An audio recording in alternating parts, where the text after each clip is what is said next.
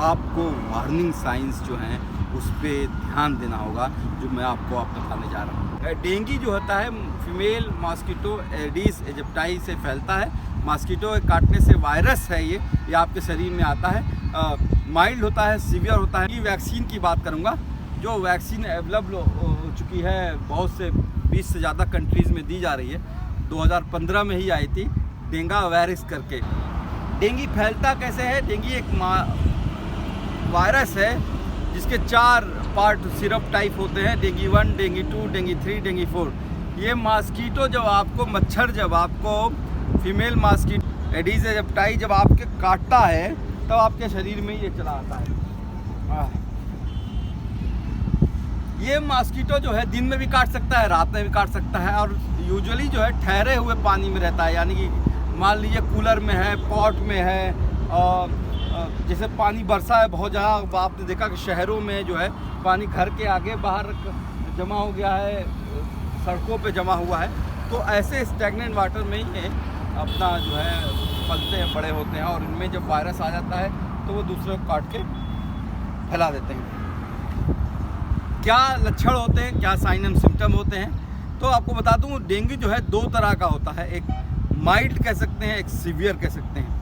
ज़िंदगी में जब आपको एक बार एक सीरोटाइप से डेंगू हो जाता है तो दोबारा आपको पूरी लाइफ लाइन इम्यूनिटी बन जाती है और आपको दोबारा डेंगू उस सीरोटाइप से नहीं होता है। तो 4 सीरोटाइप बताए हैं, तो 4 बार आपको डेंगू हो सकता है। पहली बार यूजुअली जब डेंगू होता है नॉर्मल फ्लू वायरस की तरह होगा, हेडेक होगा, आपको सर दर्द होगा, बुखार आएगा। बुखार बहुत तेज आता है, मतलब 103 104 का बुखार आ सकता है आपको, और बहुत चढ़ी के साथ आता है, पूरा जाड़ा जिसको कहते हैं लगता है। आँखों के पीछे जो क्लासिकल कहते हैं पोस्ट ऑर्बिटल पेन, यहाँ आँखों के पीछे बहुत सीवियर दर्द होता है, कहते हैं दवाई। आँखें लाल हो सकती हैं, गम ब्लीडिंग वगैरह हो सकती है, और शरीर जो है आपका टूटता, कहते हैं बदन टूट रहा है मेरा। मसल पेन होगा, बोन पेन होगा, जॉइंट पेन, यानी कि मसल भी पेन करेगी, हड्डियां भी दर्द करेंगी, और ये जॉइंट भी पेन करेगा। खासकर बैक एक है, हिप है, जो है स्पाइनल पेन है, समझ, ये सारे पेन्स होते हैं। सीवियर केस में क्या होता है? जब ये आपको मान लीजिए एक बार आपके शरीर में डेंगू के एंटीबॉडीज़ बने हैं, और जब दूसरी बार जब आपको वायरल इन्फेक्शन डेंगू वायरस हो जाता है तब ये सीवियर बन जाता है, और तब बॉडी जो है रिएक्ट करती है, वो एक तरह से उसके वायरस के खिलाफ, और एक युद्ध होता है आपके पूरे शरीर में, और उससे जो है लीकेज हो जाता है छोटी छोटी वेसल्स में, और पानी जो है आपके शरीर से आपके स्किन के नीचे आ जाता है, जिसको कहते हैं एसाइटिस हो गया। पेट में पानी आ गया तो एसाइटिस हो जाता है। तो वो जो है लंग में जब प्लूरल इन्फ्यूजन हो गया तो सांस लेने में तकलीफ़ हो जाती है, आपके पूरा बदन फूलने लगता है, आपका प्लेटलेट बहुत तेज़ी से कम होता है, और प्लेटलेट के कम होने से आपको ब्लीडिंग हो सकती है, गम ब्लीडिंग हो सकता है, पखाने में आपके ब्लड आ सकता है, blood in stool, blood in urine, पेशाब में आ सकता है। आप जब उल्टी करोगे तो हो सकता है उल्टी में भी ब्लड आए, तो ये सारे कॉम्प्लिकेशन हो सकते हैं। लेकिन यही बात मैं फिर से यही जोड़ना चाहूँगा कि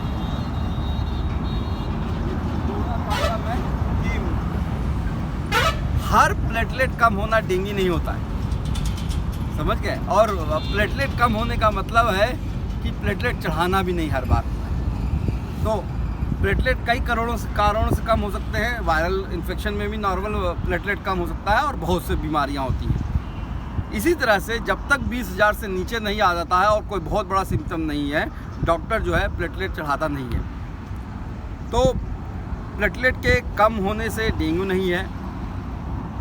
हर बार प्लेटलेट कम हुआ तो प्लेटलेट चढ़ाना नहीं होता है, और प्लेटलेट कोई डेंगू का ट्रीटमेंट नहीं होता है। ये नहीं मत समझिएगा कि प्लेटलेट चढ़ा दिया गया है तो आपका डेंगू बीमारी खत्म हो जाएगी। डेंगू का असल में कोई इलाज नहीं है, सब सिम्टोमेटिक इलाज है। यानी कि बुखार होगा तो बुखार की दवा देंगे, बदन दर्द होगा तो बदन की दवा देंगे। यूजुअली जो है पैरासीटामॉल जो है, वही जो डोलो जो कोरोना की दवा भी कहते हैं, हर बुखार की दवा है, हर बदन दर्द की दवा वही खाना है। एस्प्रिन और आइबोजेसिक नहीं खाना है। ये आइबोप्रोफेन जो टैबलेट होती है उसको मत लीजिएगा। इन्वेस्टिगेशन कैसे करते हैं? तो कार्ड आता है, कार्ड टेस्ट होता है जिसमें एलाइजा से आपको जो है NS1 antigen, IgM antibody against dengue और IgG एंटीबॉडी अगेंस्ट डेंगू होता है, जिसको डेंगू प्रोफाइल कहते हैं। तो अगर आपका NS1 और IgM पॉजिटिव है तो इसका मतलब समझ लिया आपको, और IgG निगेटिव है तो इसका मतलब समझ लिया आपको पहली बार डेंगू इन्फेक्शन हुआ है, और यूजुअली इसमें कॉम्प्लिकेशन की चांसेस नहीं रहती है। लेकिन अगर आपका NS1 भी पॉजिटिव हो गया है और IgM भी पॉजिटिव है, IgG भी पॉजिटिव है, तब जो है इसका मतलब है आपको ये दोबारा इन्फेक्शन हो रहा है और इसमें कॉम्प्लिकेशंस की चांसेस ज़्यादा रहती हैं। तो आपको वार्निंग साइंस जो हैं उस पर ध्यान देना होगा, जो मैं आपको बताने जा रहा हूँ। आपको बहुत ज़्यादा लिथार्जी हो रही है, कन्फ्यूजन होने लगा है और आप एकदम मन कर रहा है कि लेटे हैं, बहुत सीवियर मसल्स पेन हो रहा है, कहीं पे स्वेलिंग हो गई है, पेशाब करने में आपको कमी हो गई है, आपको चक्कर आ रहे हैं, शरीर में चकत्ते पेटिके पूरे जो है वो बढ़ते जा रहे हैं, और जो है कहीं से ब्लीडिंग हो गई, आपके लैट्रिन में ब्लड आ गया, आपके यूरिन में ब्लड आ गया, आपके जब उल्टी कर रहे हो तब ब्लड आ गया, गम से ब्लीडिंग होने लगी। तो ये सारे साइंस जो हैं, सिम्टम, ये वार्निंग साइंस हैं, आपको फ़ौरन जो है डॉक्टर को दिखाना होगा। यूजुअली जो है डॉक्टर जो है एडमिट करके फ्लूइड्स बहुत देते हैं, क्योंकि वो कहते हैं ना कि लॉस हो जाता है फ्लूइड का बॉडी से, तो बहुत ज़्यादा मतलब एक्सेस अमाउंट में, जो कहते हैं गाँव में ग्लूकोज चढ़ाया है और नॉर्मल सलाइन या TNS का यूज़ किया जाता है।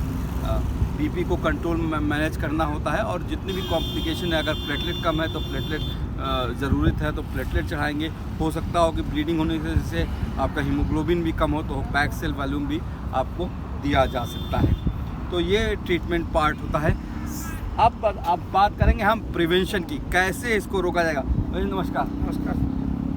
2 मिनट आपसे बात करता हूँ। प्रिवेंशन की बात करें तो भाई बेसिक सी बात है, मच्छरदानी जो है सबसे, घर शाम को सोते वक्त मच्छरदानी ज़रूर लगाएं, पूरे कपड़े पहने, पूरे कपड़े का मतलब है फुल स्लीव, जीन्स पूरी होनी चाहिए, मोज़ा पहनना चाहिए, रात में वो सोते वक्त भी मोज़ा पहन सकते हो, और जो है बच्चे अगर खेलने जाएं शाम के टाइम पे तो आप उनको फुल कपड़ा पहना के दीजिए। देखिए लेप्टोस्पायरोसिस से बच जाएंगे, डेंगू से भी बच जाएंगे, मलेरिया से भी बच जाएंगे, और बहुत सी बीमारियों से बच जाएंगे जो मच्छर या किसी गंदगी काटने से होती है। बाकी जो है ओडोमास वगैरह जो आप यूज़ कर सकते हैं। हम लोग जेल में थे तो जो है बहुत मच्छर होते, मतलब हज़ारों की संख्या में, चाहे वो मथुरा की जेल हो, चाहे वो गोरखपुर की जेल हो, बहुत बहराइच की जेल हो, तो मच्छर बहुत थे हर जगह।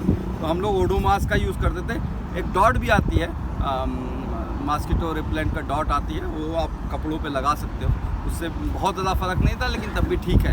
इसके अलावा कछुआ छाप है, या फिर गुड नाइट, मतलब मॉस्किटो रिपेलेंट के लिक्विड भी आते हैं, आप उसका यूज़ कर सकते हो। और जो है सबसे इम्पॉर्टेंट मैंने कहा है मच्छरदानी है। तो मैं अब एक बार समराइज़ करूँगा कि डेंगू जो होता है फीमेल मॉस्किटो एडिस एजिप्टाई से फैलता है। मॉस्किटो काटने से वायरस है, ये आपके शरीर में आता है। माइल्ड होता है, सीवियर होता है। माइल्ड में जो है फीवर आएगा with chills and rigor, body एक होगा। फिर केसेस में पहुंच गए तो जो है ब्लीडिंग होती है, bleeding from gum, bleeding from the large intestine, bleeding from the urinary tract, तो ये सब हो सकता है। सीवियर एब्डोमिनल पेन होता है, जॉइंट पेन होता है, बोन पेन होता है, मसल पेन होता है। ट्रीटमेंट कोई नहीं है, बस इतना समझना है कि ब्रूफेन और एस्प्रिन नहीं लेना है, paracetamol is the drug of choice, और जो है फ्लूइड बहुत लेना है, पानी बहुत पीजिए। पानी देखिए ORS तो बच्चों के लिए, लेकिन बड़े लोगों के लिए मैं ही कहूँगा कि 1 गिलास पानी में चुटकी भर नमक और 1 चम्मच चीनी, वो बन जाता है इलेक्ट्रोलाइट्स, आप वो पीते रहिए।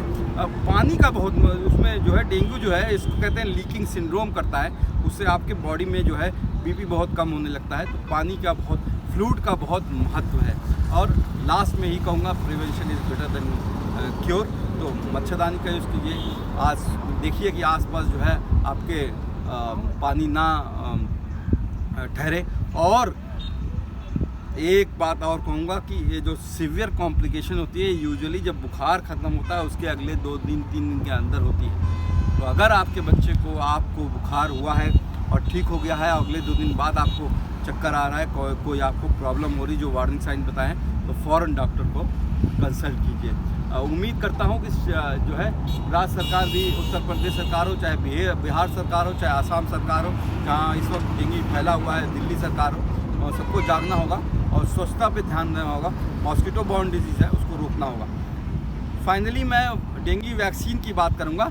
जो वैक्सीन अवेलेबल हो चुकी है, बहुत से 20 से ज़्यादा कंट्रीज़ में दी जा रही है। 2015 में ही आई थी डेंगा वायरस करके, ये जो है सनोफी पास्चर इंस्टीट्यूट से बनी हुई है, लेकिन ये जो है उनमें ही दी जा सकती है। 9 साल से बच्चों से 45 साल के बच्चों में लगाई जा सकती है, और सिर्फ उनको दी जाती है जिनको पहले से डेंगू एक बार हो चुका है। यानी IgG एंटीबॉडीज़ अगर आप में बनी हुई है तो आपको वो वैक्सीन लग सकती है, क्योंकि देखा गया है कि अगर जिनको वैक्सीन कभी डेंगू नहीं हुआ और वैक्सीन लगाया जाए और उनको दोबारा डेंगू हो जाए तो वो ज़्यादा सीवियर हो सकता है। तो थैंक यू। और आप मुझे फॉलो कर सकते हो फेसबुक, यूट्यूब, ट्विटर, इंस्टाग्राम, सब जगह एक ही ID है, DRKAFEELKHAN, doctor Kafeel Khan, DRKAFEELKHAN @ twitter.com, Instagram, Facebook और यूट्यूब। Thank you.